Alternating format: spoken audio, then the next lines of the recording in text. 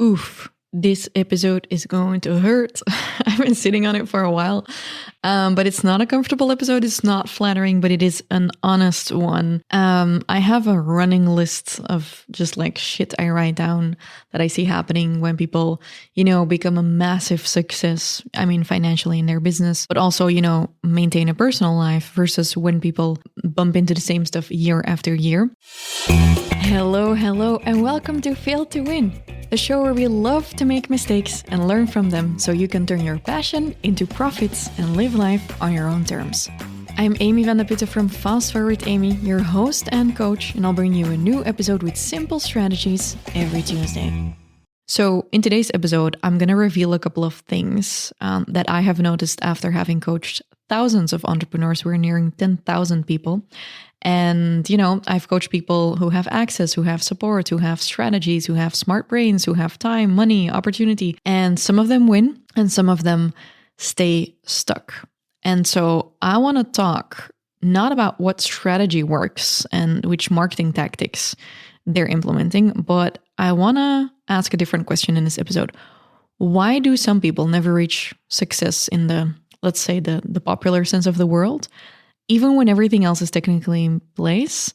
And why do some people do? And that's what this episode is about. And before you tense up, this is not judgment. I'm not talking about a single client or anyone specifically. This is just simply pattern recognition. And if anything I say does feel uncomfortable to you, don't shut it down. Just notice what it does to you. And probably when I'm going through it, I'm going to be really honest and I'm going to say that I have been, a victim of some of these things as well. Before we start, maybe I just want to be really clear. People don't fail because they're lazy. People don't fail because they're not smart enough. And they don't fail because they don't want it badly enough. What I do see over and over again is that there are a couple of behaviors that quietly cancel out success, even when the strategy and the support is solid. So let's talk about those, shall we? The first thing I notice is that people say they want the success, but they actually want the identity of success, not the actual lifestyle of success. And this is the biggest one because a lot of people, they love the idea of being successful. They love calling themselves a business owner. They love talking about big future plans and ideas and feeling ambitious. And they love being seen as the person who's building something.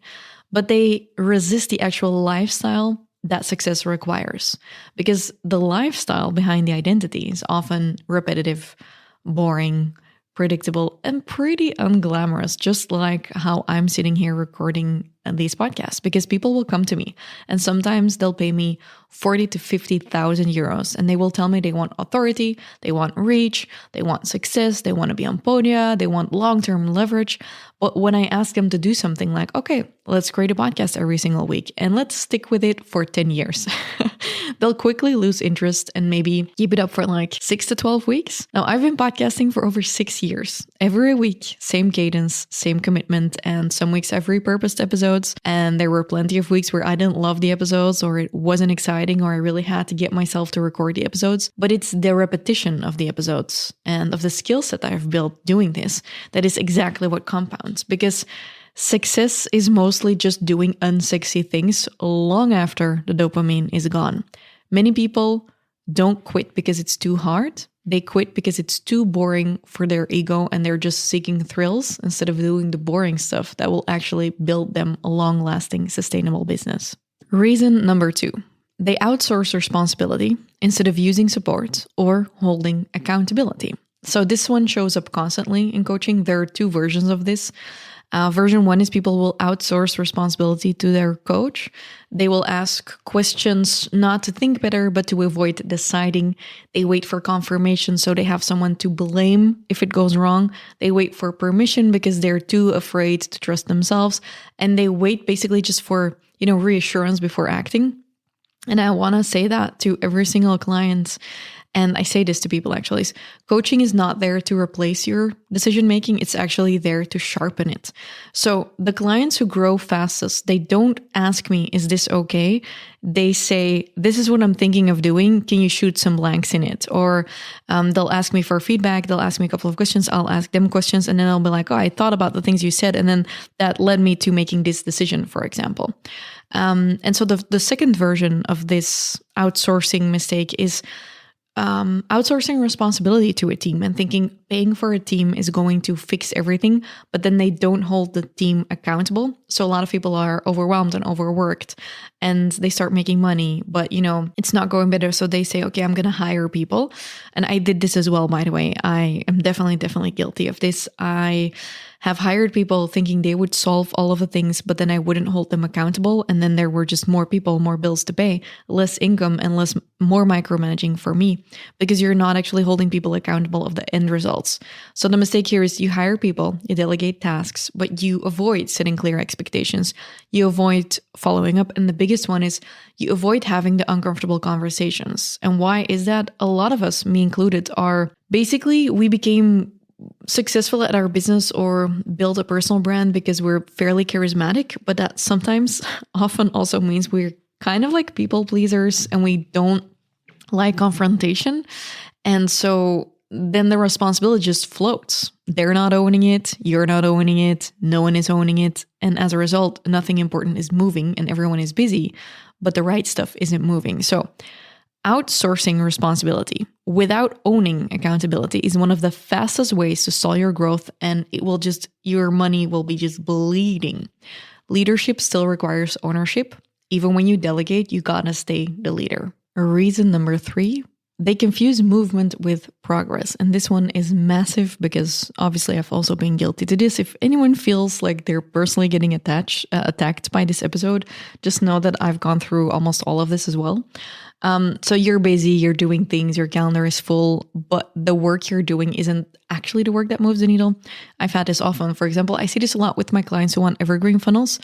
They'll say they want an evergreen income, but they'll avoid actually re-recording their evergreen webinar because they are really busy in the business and busy solving shit and busy in meetings. They're tweaking their branding, they're rewriting stuff, they're reorganizing their Notion, they're consuming content. I see them liking and reposting everything on Instagram, but they are actually avoiding the strategic work where they can actually improve their conversions. They avoid, having the good content that goes out. They avoid having the important conversations and they avoid working on the strategic stuff. And it's often simply because the strategic stuff is difficult and all of the other stuff is just really reactive. You have a to-do list and you're like, oh shit, I should go and do these things. But the proactive things like, tweaking your webinar, re-recording that, it takes more time. And often there's no one giving you a task to do that. So what I've done in my to-do list is I've literally included task types to my stuff. And 2 of the most important ones are sales and strategy. And so, for example, tweak landing page or re-record evergreen webinar, those would be strategy or sales things. And, sales is the fuel of your business.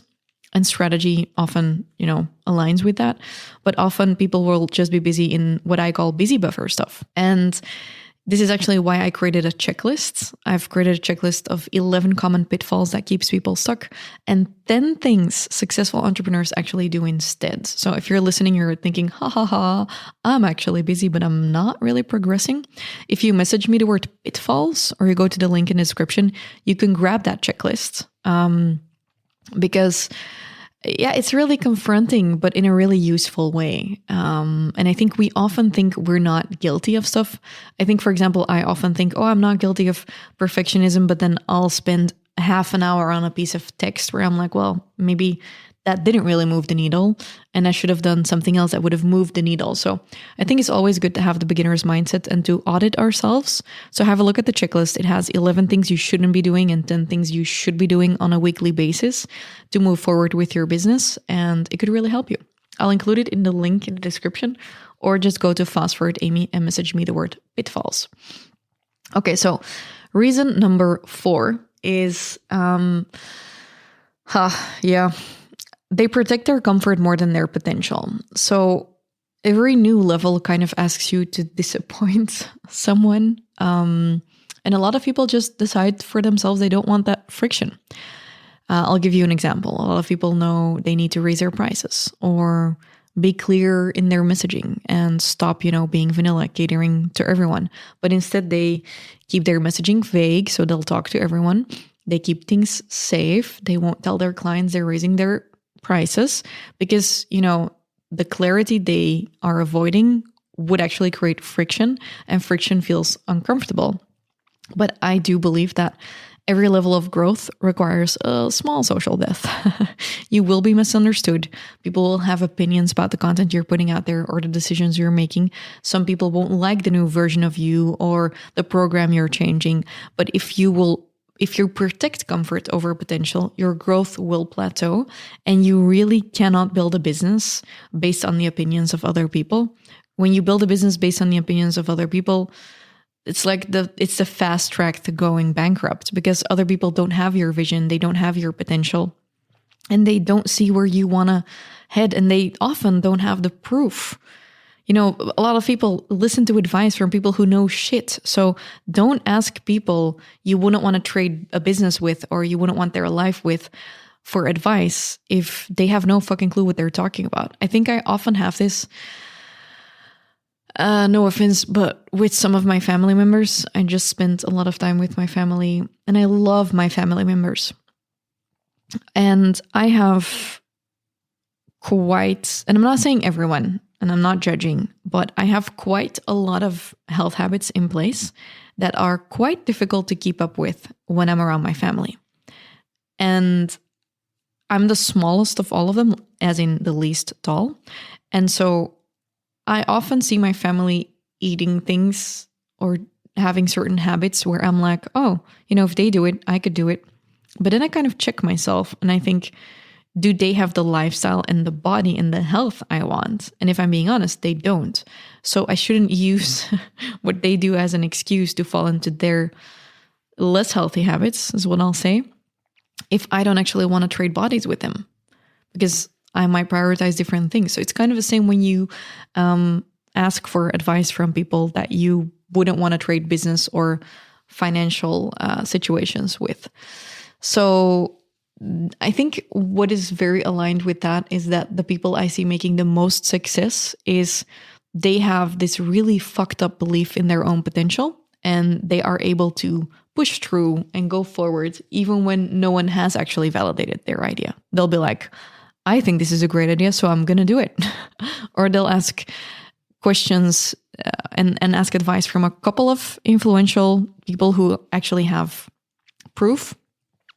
And then they'll take that into account, but they'll still forge their own path instead of just blindly listening to other people. So they stick to their own path is what they actually do. Reason number 5 that people don't make a massive success in their business is they want certainty before commitment. And this one, it kills momentum more than people realize, because they'll say things like, I just want to be sure this will work.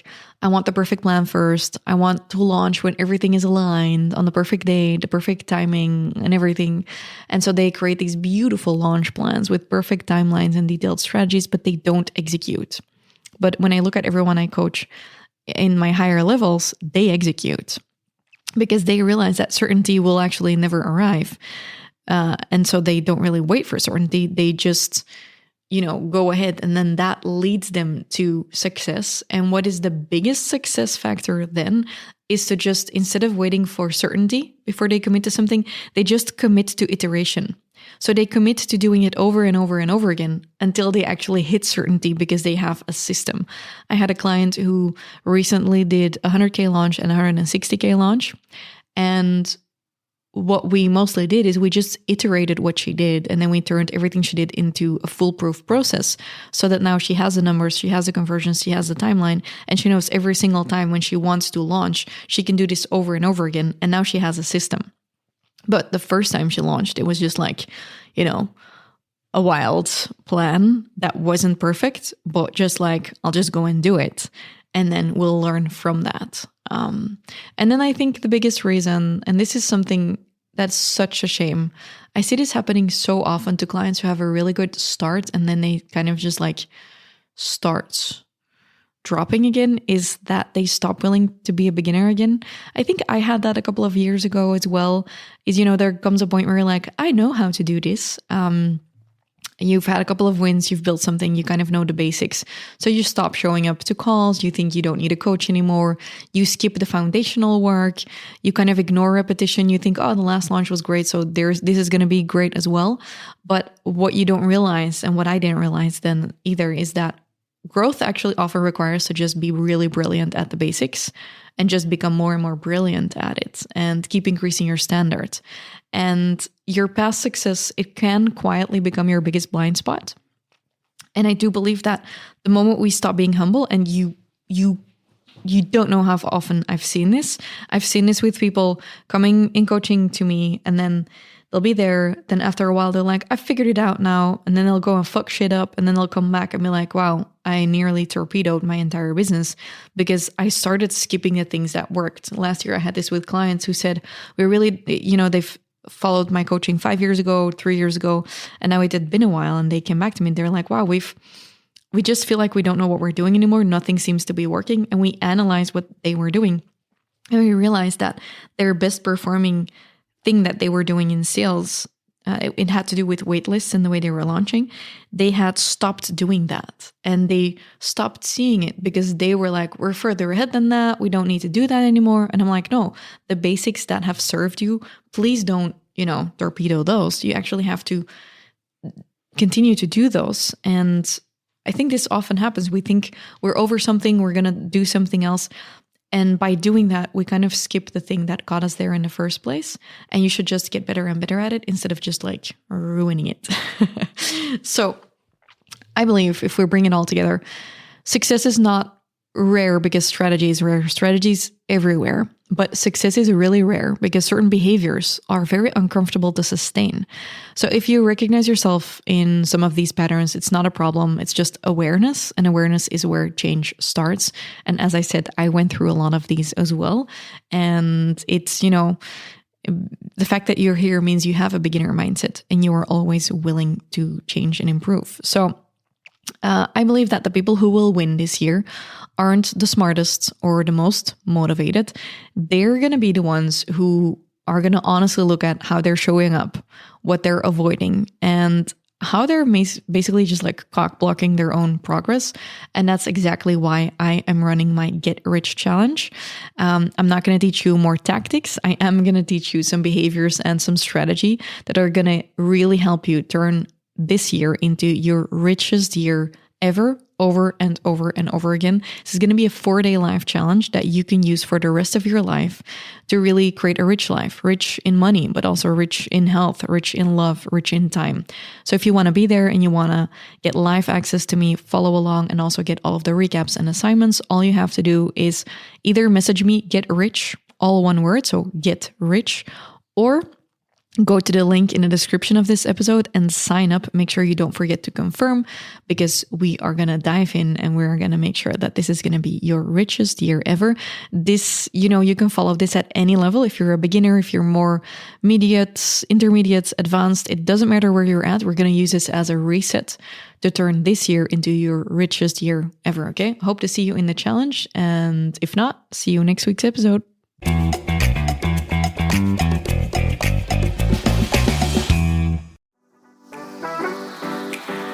They say running a business is getting harder and harder because you can be amazing at what you do, but if you don't know how to actually run the business side of things, you won't actually make it past year 5.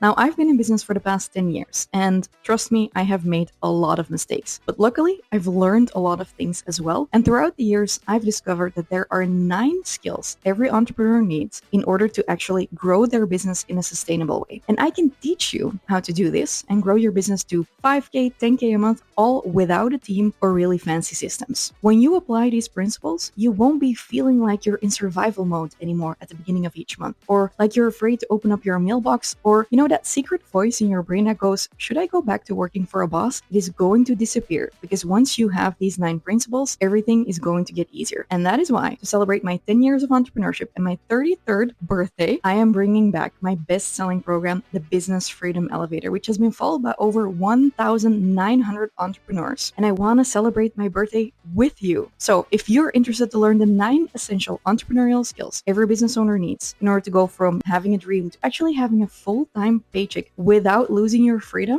make sure you go and grab lifetime access to my program. And as a bonus, you're going to get 3 days of live coaching where we're going to fast track your success for this year. Go to the link in the description and I'd love to see you there. And if you have any questions, just send me a message on Instagram. I don't bite.